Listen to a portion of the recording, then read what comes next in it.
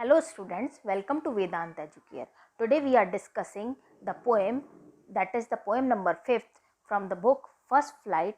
The name of the poem is The Ball Poem, composed by John Berryman. So let's have a look on the introduction of the poem. The ball poem. Ball means जो ball होती है अपन की खेलने वाली ball, उसके बारे में ही इस पूरी पोएम में बताया गया है। अब बॉय लॉजेस अ बॉल, एक लड़का है जो एक लड़का है जो वो अपनी बॉल को लूज कर देता, मतलब गुम हो जाती है उससे ball. He is very upset, वो बहुत ज्यादा परेशान हो जाता है। अब ball doesn't cost much, poet कहता है कि बॉल की ज्यादा कीमत नहीं होती है। Nor is it difficult to buy another ball, और ना ही हमारे लिए ये मुश्किल है कि चलो एक बॉल गुम हो गई तो हम दूसरी बॉल खरीद लें। ऐसा होता है ना स्टूडेंट्स, आप लोग भी देखते होगे कई बार आपकी बॉल गुम हो जाती है, तो चलो कुछ स्टूडेंट्स तो ऐसे, कुछ बच्चे तो ऐसे तो कहते हैं वहां दूसरी खरीद लेंगे। लेकिन पोएट भी कह रहा है कि उसकी बॉल गुम हो गई है, उसको चलो मैं दूसरी खरीद खरीद के देता हूँ। लेकिन इस पूरी पोएम में ये बताया गया कि वो अपनी रिस्पॉन्सिबिलिटी कैसे फील करेगा। मतलब बॉल सिर्फ बॉल की ही बात नहीं है, और भी ऐसी चीजों की बात बात भी है जो हम अपनी लाइफ में खो देते हैं, और खोने के बाद ही हमें पता पड़ता है कि हमने क्या चीज खोई है, और हमने ऐसा किया तो ऐसा क्या रीजन था जिसके पीछे हमने ये चीज खो दी, तो हमें वो आगे काम नहीं करना है। इसके बारे में ही पूरा बताया गया है। Read the poem to see, अपन को ये पोएम पढ़नी है ये देखने के लिए what the poet thinks has been lost, कि पोएट क्या सोचता है कि उसने क्या चीज खोई है। And what the boy has to learn from the experience of losing, यानी जीवन में इस बच्चे को क्या एहसास होना चाहिए कि उसने क्या खोया है, और उसको लॉस का एक्सपीरियंस होना चाहिए। ऐसे नहीं हमने दूसरी बॉल खरीद के दे दी उसको, तो उसको अपने लॉस का एक्सपीरियंस कैसे होगा। इसी तरह से ये बॉल की बात नहीं है बेटा, जैसे जैसे अपन बचपन से बड़े होते हैं अपन कई चीजें खोते हैं, कई चीजें अपन गुम करते हैं, लेकिन जब अपन उसको तुरंत ही दूसरी नई खरीद के ले आते हैं तो हमें पुरानी खोई हुई चीज का एहसास ही नहीं होता कि वो कितने पैसों में आई या क्या, या उसका एक्चुअली मूल्य क्या था। तो इसलिए पोएट तो चाहता है कि चलो मैं उसको दूसरी खरीद के दे दूं, है ना, क्योंकि वो इतना ग्रीव्ड है, इतना दुखी है वो बच्चा, है ना। लेकिन उसको उसको लगता है कि उसके साथ उसकी बचपन की यादें हैं, और उसको उसकी रिस्पॉन्सिबिलिटी का पता ही नहीं होगा, इसलिए रहने दो, कोई बात नहीं, दूसरी खरीद के नहीं दी जाएगी। What is the boy now who has lost his ball, वो बच्चा अब किस हाल में होगा, है ना, किस तरीके का है, मतलब किस हाल में है जिसने अपनी बॉल खो दी है। What is he to do, I saw it go merrily bouncing, क्या कर सकते हैं, what is he to do, उसके लिए क्या किया जा सकता है। I saw it go merrily bouncing down the street and then merrily over there it is the water. आप देखो यहाँ पे इसका पर्सोनिफिकेशन बताया गया एक तरीके से। मैरी का मतलब होता है खुश, खुशी से उछलना, है ना। मैरी का मतलब होता है MERRY, मैरिली मतलब खुशी से उछलना, खुशी से बाउंस करना। लेकिन अब उसका बच्चे का क्या, बच्चे उस बच्चे के लिए अपन क्या कर सकते हैं जिसकी जो बॉल है, आई सॉ इट का मतलब बॉल, और ही का मतलब बॉय से है, ठीक है ना। तो वो कह रहा है what is he to do, अब उसके लिए क्या किया जाए। आई सा, मैंने देखा, किसको देखा, उस बॉल को। It, I saw it go merrily bouncing down the street, कि बहुत ही खुशी से ये जो बॉल है बहुत ही खुशी से उछल उछल कर, है ना, कहाँ चली गई, गलियों में चली गई, down the street and then merrily over, और फिर और उछल के there it is in the water, water में चली गई, है ना। मैंने खुद अपनी आंखों से देखा कि वो मैरिली खुश होते होते कहाँ चली गई, पहले गली मतलब स्ट्रीट में सड़क पर आई, फिर पानी के पास पानी में चली गई। अब वैसे क्या होता है, कोई बॉल कभी खुश होती है क्या, है ना। लेकिन यहाँ पे पर्सोनिफिकेशन एक तरीके का है कि इन एनिमेट ऑब्जेक्ट को भी पोएट कैसा बना रहा है, एनिमेट ऑब्जेक्ट बना रहा है, यानी जीवित इंसान जिनमें फीलिंग्स होती हैं, है ना, वही हैप्पी और दुखी होते हैं। लेकिन यहाँ पे पोएट ने बॉल के उछलने को उसकी हैप्पीनेस से क्या किया है, कंपेयर किया है। नो यूज टू से oh there are other balls, वो कह रहा है पोएट नो यूज टू से, देखना इस लाइन को बहुत ध्यान से, नो यूज टू से, इस बात में कोई मतलब नहीं है, नो यूज टू से, इस बात से कोई लेना देना नहीं है।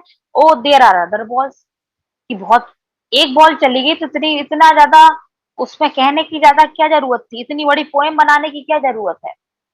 पोएट बेवकूफ थोड़ी है जो एक बॉल के ऊपर पोएम बना दे। नॉर्मल चीज है, गुम हो जाएंगी, दूसरी आ जाएंगी, है ना। लेकिन वो क्या कह रहा है, लाइफ के पार्ट से कंपेयर कर रहा है उसको। नो यूज टू से oh there are other balls, लेकिन इस बात में कोई फायदा नहीं कि मैं उसको ये कह दूं कि अरे और बॉल भी तो है, क्यों दुखी हो रहा है तू, है ना। देयर आर अदर बॉल्स है, क्योंकि एन अल्टीमेट शेकिंग ग्रीफ, जो दुख है बच्चे के मुंह पर, जो लड़के के मुंह पर जो दुख है, फेस पर जो दुख दिखाई दे रहा है, वो बस उसके फेस पर फिक्स है, क्योंकि उसकी बॉल के साथ उसकी यादें जुड़ी हुई हैं। यहाँ पे दूसरा मतलब कई और चीजें होती हैं, इवन इंसान भी होता है ना, है ना। ऐसा नहीं होता, कोई बड़ी चीज भी होगी अपनी, कोई और भी ऐसी चीजें होंगी अपने जीवन में जो अपनी गुम हो जाएंगी, और अगर अपन ने बच्चों को या किसी को भी दूसरी लाकर दे दी, तो उसका ग्रीफ, वो कब दुखी होगा, वो तो हमेशा खुशी होता रहेगा, उसको अपनी जिम्मेदारियों का एहसास कैसे होगा, है ना। तो यहाँ पे पोएट यही कहना चाहता है कि उसके जो चेहरे पर दुख है वो है ही, और उसको रिस्पॉन्सिबिलिटी का एहसास भी होना चाहिए। As he stands rigid, rigid का मतलब बिल्कुल एक टक, रिजिड का मतलब होता है बिल्कुल एक टक खड़ा होना, है ना। स्टिफ, बिल्कुल चट्टान की तरह खड़ा होना। जैसे अपन के ऊपर कोई दुख आ जाता है, प्रॉब्लम आ जाती है, अपन सोचते ही रहते हैं, ऐसा लगता है बिल्कुल अपन एक चट्टान सी बन गए, पत्थर सा बन गए, हिलते डुलते ही नहीं है, होता है ना ऐसा बेटा। As he stands rigid, ball पानी में चली गई तो बिल्कुल कैसा खड़ा हुआ है वो बच्चा, रिजिड, बिल्कुल स्टिफ, सीधा बिल्कुल खड़ा हुआ, मतलब हिलडुल नहीं रहा है। ट्रेमलिंग, अंदर से कांप रहा है। स्टेयरिंग डाउन, और अपनी बॉल को स्टेयर, स्टेयर मीन्स घूरता ही जा रहा है, नीचे की ओर देखकर घूरता ही जा रहा है। All his young days into the harbour where his ball. अब आपने देखा हुआ होगा, हार्बर क्या होता है, जहां पे नावों को टिकाया जाता है। हार्बर क्या होता है बेटा, जहाँ पे नाव वगैरह जो होती है ना पानी की, है ना, उनको किनारे पर लगाया जाता है, हार्बर बांधा जाता है, लगाया जाता है। अब पोएट क्या कह रहा है, वो क्या कर रहा है बच्चा, बिल्कुल रिजिड स्टिफ खड़ा है, अंदर दुख से कांप रहा है, और अपनी बॉल को स्टेयर ही कर रहा है, घूर रहा है। All his young days into the harbour where his ball went, क्योंकि ये सिर्फ इतनी इसके लिए बॉल ही नहीं थी एक छोटी सी, उस बॉल के साथ जब उसने खरीदी होगी, तो उस बॉल के साथ उसके भाई बहनों ने या किसने भी खेला होगा, या उसने उसके साथ जो दिन बिताए, है ना, उसके यंग डेज जो उसने बिताए, उसकी यादें भी उसके साथ थी। तो सिर्फ एक छोटी सी बॉल ही नहीं थी वो, है ना, उसके साथ उसकी यादें, सब कुछ उसका बचपन बिताया हुआ वो भी उसके साथ चली गई। हाबर, हाबर का मतलब होता है किनारे गई, अपन ने बीचों बीच तो फेंकी नहीं बॉल को, बॉल कहाँ गई, सड़क से होते होते किनारे में तो जाएगी बॉल, है ना, उछलते उछलते कहाँ गई, साइड में तो जाएगी। I would not intrude on him, the poet is telling here कि मैं उसको डिस्टर्ब नहीं करूंगा बिल्कुल भी, अगर वो कष्ट में है तो उसको रहने दो। I would not intrude on him, है ना, मैं उसको बिल्कुल भी इंटरफेयर नहीं करूंगा। अ डाइम एनदर बॉल, और डाइम का मतलब 10 सेंट्स, मतलब पैसे की बात हो रही है यहाँ पे, से यहाँ 10 सेंट्स ले लो और दूसरी बॉल ले आओ, यानी मैं उसको बिल्कुल भी इंटरफेयर नहीं करूंगा, वो खड़ा है दुख में कष्ट में खड़ा है तो खड़ा रहने दो उसको, इज वर्थलेस, क्योंकि ये सब क्या है पोएट के अकॉर्डिंग, इसका कोई मूल्य ही नहीं है। इंसान की छोटी सी चीज में भी उसकी यादें जुड़ी होती हैं, वो पैसों से नहीं खरीदी जा सकती, है ना। तो according to the poet, to to give 10 cents for another ball to the boy is worthless, उसके लिए बिल्कुल मूल्य नहीं है। Now he senses first responsibility, poet क्या कह रहा है कि अब उससे आएगा, अब उसको दिमाग में बात आएगी, सेंस मतलब अब वो समझदारी आएगी उसमें। Now he senses first responsibility, उसको अपनी पहली जिम्मेदारी से पता पड़ेगा कि जिम्मेदारियां किसे नहीं दी जाती। Now he senses first responsibility in a world of possessions, किसी चीज पर, है ना, जो अपनी होती है वो पोजेशन कहलाता है। जैसे घर, balls, balls will be lost always, वो बॉल्स, बॉल्स तो हमेशा के लिए चली गई। Little boy and no one buys a ball back, और उस बॉल को जिसके साथ उसकी यादें जुड़ी हुई थी उसको वापस कोई नहीं ला सकता। मनी इज एक्सटर्नल, पैसा तो क्या है, बाहरी चीज है।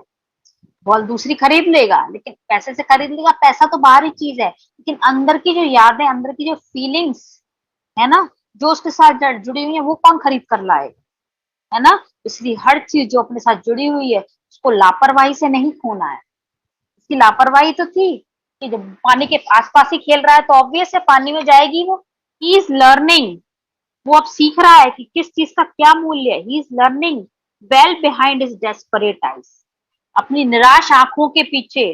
वेल बिहाइंड हिज डेस्परेट, वो निराश है, बॉल गुम हो गई है, उसकी आंखें कैसी है, डेस्परेट मीन्स निराश, निराशा से भरपूर।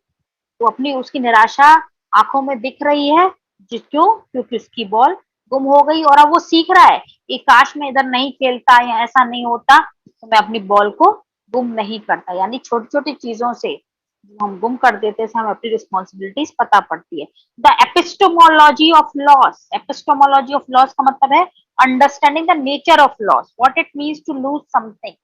किसी भी चीज को खोने का ज्ञान होना, किसी भी चीज को खोने के बाद ही हमें उसका ज्ञान होता है।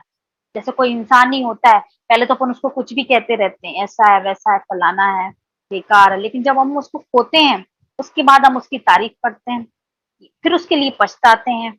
तो ये नॉलेज कब आती है, जब अपन उस चीज को खो देते हैं, है ना। तो ये नॉलेज भी इंसान के अंदर जरूरी है। जब किसी लॉस के बारे का, how to stand up knowing what every man must one day know, किस तरीके से खड़ा रहना है।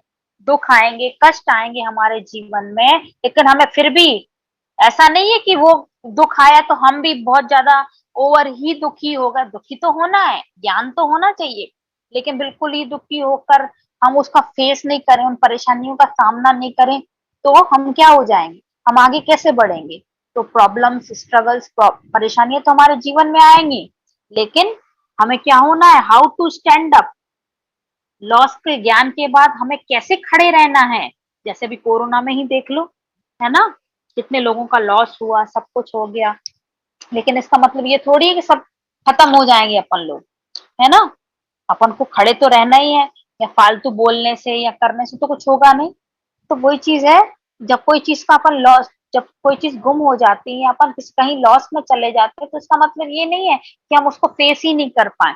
तो यही बच्चे को वो सिखाना चाहते हैं कि बच्चे को अपने लॉस का ज्ञान होना चाहिए, दुखी होना उसके लिए जरूरी है, और उस दुख में वापस कैसे खड़े होना, how to stand up, how to stand up knowing what every man must one day know and most know many days how to stand। क्या मतलब, दुख और परेशानियों को झेल कर हमें कैसे खड़ा रहना है, और हर इंसान के लिए ही जरूरी है। देखो आगे लाइन में लिखा हुआ है what every man must one day know, और हर इंसान के जीवन में ऐसा होगा, है और होता है, कि किस तरीके से हमें दुख और परेशानियों के सामने खड़ा रहना है। और कई लोग तो इन दुख परेशानियों को झेल झेल कर आगे बढ़कर उनमें खड़े रहते हैं, अडिग रहते हैं। तो हमें इस लॉस को, लॉस का ज्ञान होना चाहिए, हमें अपनी रिस्पॉन्सिबिलिटीज का ज्ञान होना चाहिए, और ऐसी प्रॉब्लम्स में भी हमें कैसे खड़े रहना है ना, उनको फेस कैसे करना है, ये भी हमें नॉलेज होना चाहिए। That is the gist of the poem. So in this way, I have completed that poem. Now, if you have any problem, you may tell me.